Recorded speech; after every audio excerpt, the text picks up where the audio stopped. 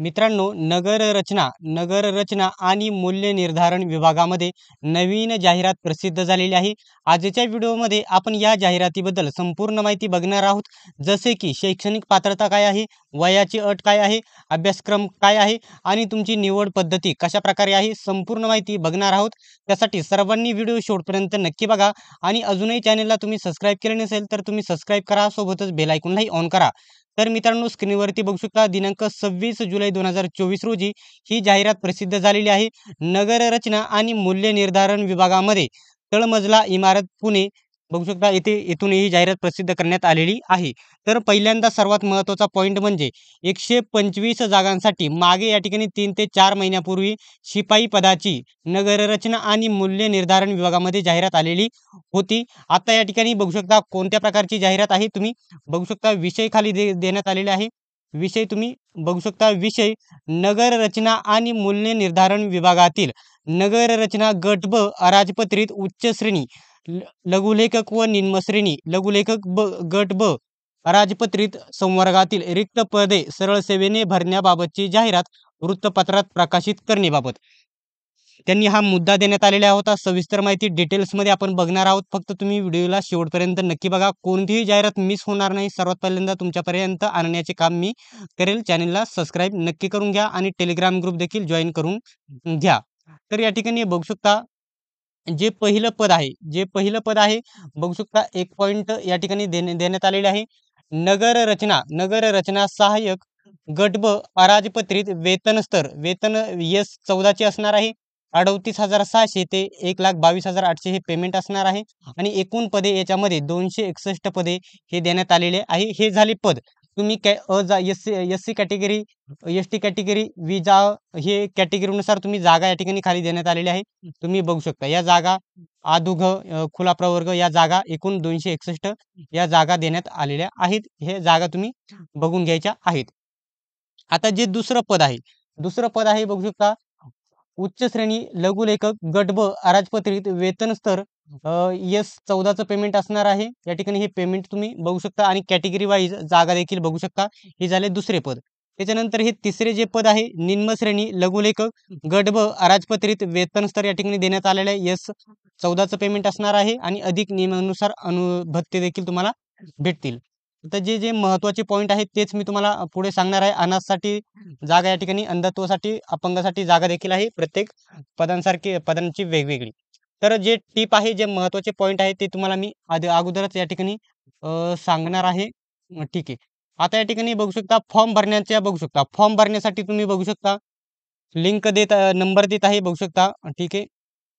94 03 16 98 16 हा या ठिकाणी याच्यावरती तुम्ही फक्त व्हॉट्सअपला फॉर्म भरण्यासाठी कॉन्टॅक्ट करू शकता.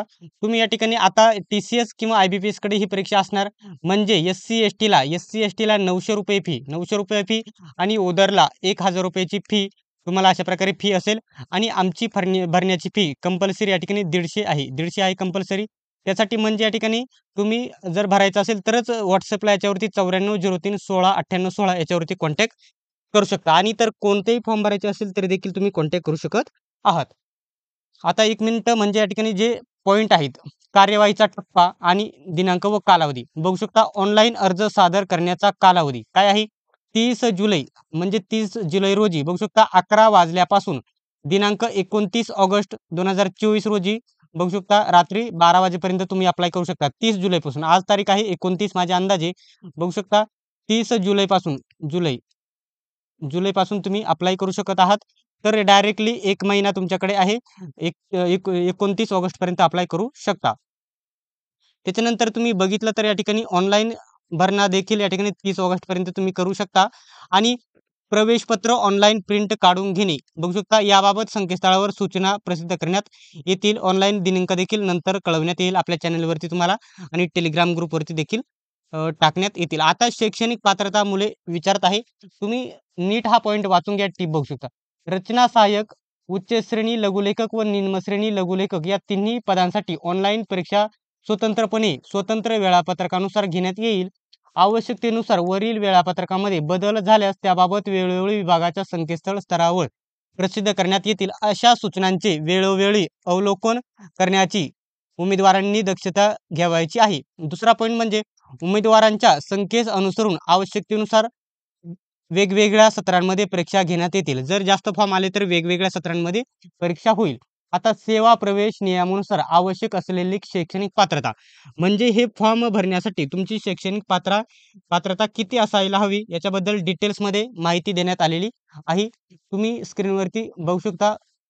क्रमांक जे पहिलं पद आहे रचना सहाय्यक गट ब अराजपत्रित याच्यासाठी तुम्ही या ठिकाणी शैक्षणिक पात्रता तुम्ही बघू शकता. स्थापत्य अभियांत्रिकी किंवा स्थापत्य किंवा ग्रामीण अभियांत्रिकी किंवा नागरी व ग्रामीण अभियांत्रिकी किंवा बघू शकता वस्तुशास्त्र किंवा बांधकाम तंत्रज्ञान या मधील मान्यताप्राप्त संस्थेची 3 वर्षाची पदविका किंवा तत्सम शैक्षणिक अर्हता धारण करणे. या ठिकाणी तुमचे स्थापत्य अभियांत्रिकी हा कोर्स झालेला असणे गरजेचे आहे. 3 वर्षाची पदविका तुमच्याकडे असणे गरजेचे आहे. गट ब साठी अराजपत्रित रचना सहाय्यक. त्याच्यानंतर दुसरे पद आहे उच्च श्रेणी लघुलेखक. बघू शकता माध्यमिक शालांत प्रमाणपत्र उत्तीर्ण आणि बघू शकता तुम्ही फक्त या ठिकाणी दुसरे जे पद आहे याच्यासाठी फक्त या ठिकाणी 10वी पास. फक्त तुम्ही 10वी पास असणे गरजेचे आहे. बघू शकता आणि तुमच्याकडे बघू शकता लघु लेखनाचा वेग किमान 120 शब्द प्रति मिनिट. इंग्रजी टंकलेखनाचा वेग किमान 40 शब्द प्रति मिनिट. मराठी जर इंग्रजी असेल तर 120 शब्द प्रति मिनिट आणि जर मराठी टायपिंग असेल तर या ठिकाणी 40 शब्द प्रति मिनिट. मराठी टंकलेखनाचा वेग बघू शकता 30 शब्द प्रति मिनिट. अर्हतेचे शासकीय वाणिज्य प्रमाणपत्र अर्हता प्रमाणपत्र ही धारण करणे आवश्यक आहे. म्हणजे तुमच्याकडे तुमचे टायपिंगचे सर्टिफिकेट असणे देखील गरजेचे आहे. ठीक आहे. त्याच्यानंतर तिसरा पॉईंट आहे निम्न श्रेणी लघुलेखक गट ब राजपत्रित माध्यमिक शालांत उत्तीर्ण म्हणजे 10वी पास. 10वी पास असणे गरजेचे आहे तुम्ही.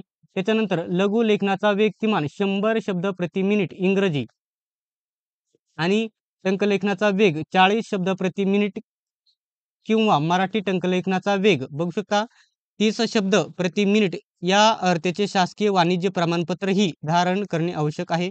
तुमच्याकडे प्रमाणपत्र असणे गरजेचे आहे. 10वी वरती तुम्ही भरू शकता.